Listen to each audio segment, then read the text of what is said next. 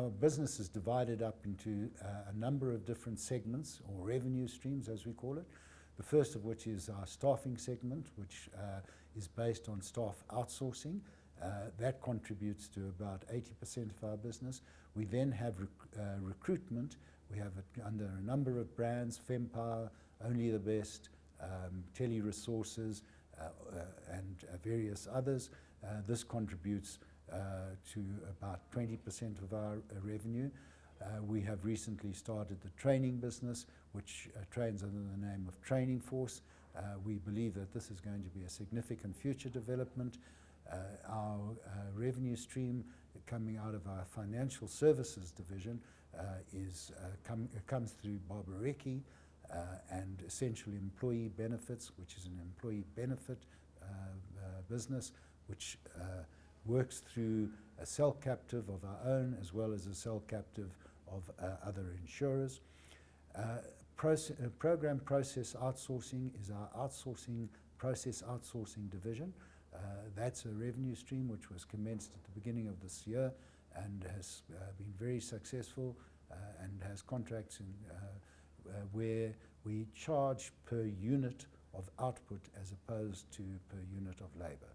Then finally, we have our employee health benefit business, which operates under the name of Workforce Healthcare and DNA Wellness. They provide or do wellness clinics at different sites, as well as having about 70-odd clinics, which are either short-term clinics or long-term clinics on our client sites. And we regard this as being an essential part of our business and as a big contributor for the future in terms of earnings. I do believe that the staffing segment will remain the main contributor.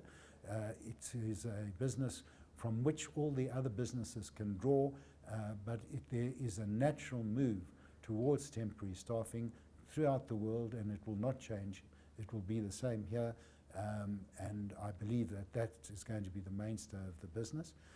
It is our intention to develop each of the other subsidiaries and to allow them to develop on their own steam in such a way that they each become fully fledged businesses and they can achieve whatever heights they can and that their management can allow them to attain.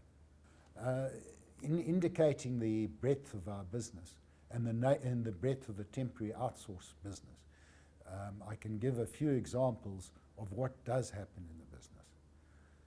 In Germany, you have a whole host of Turkish employees where people are moving from lower income areas into higher income areas. And you have a reverse of German engineers going to Turkey, where you have just the opposite, where you have high skills going into areas that need skills. We find here that you have situations where Air Force pilots are being outsourced to different airlines. You have a counter-cyclical business, such as in South Africa, sorry, can you cut there? Yeah, I'm giving a real example, but I just want to get it in my head correctly. Harvesting. Harvesters from South Africa go to America annually on contracts to do the harvesting of the fields in America.